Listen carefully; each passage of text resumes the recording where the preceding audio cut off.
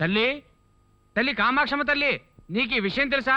నువ్వు కన్న కూతురులో చూసుకుంటున్నావే దుర్గా, ఆ దుర్గ దొంగతనం చేసిందమ్మా, దొంగతనం చేసింది.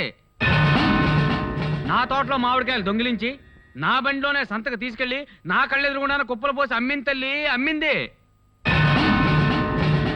ఇదేనా బిడ్డను పెంచే లక్షణం? నూలుని బట్టి చీర, తల్లిని బట్టి బిడ్డ అంటారు. కానీ నీ బిడ్డ నీలా లేదే, నువ్వు అందరికీ ఇస్తున్నావు.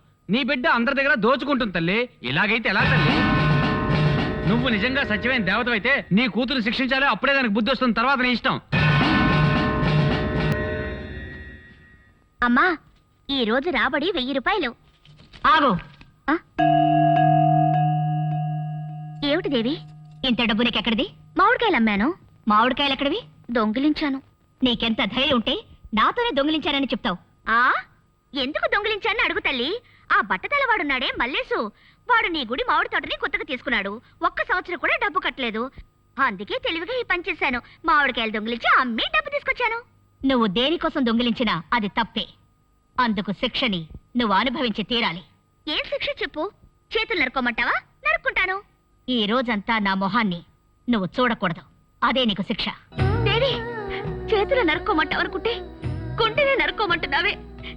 ఏం తల్లి, నేను నిద్రపోతున్నప్పుడు కూడా కల్లో నీ మొహమే చూస్తాను కదా, అటువంటిది రోజు మొత్తం నిన్ను చూడకూడదని అంటున్నావే, ఎలా అమ్మా? నా పట్టుదల గురించి నీకు తెలుసుగా, నా మాటకి తిరుగుండదు. ఇప్పుడు నీ మొహం చూడకూడదు అంతే కదా? సర్లే ఉండు.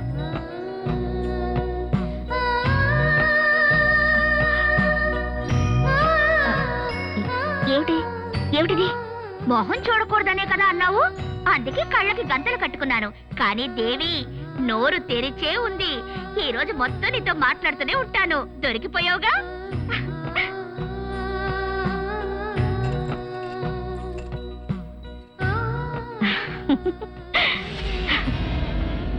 వానా వానా వెల్లువాయి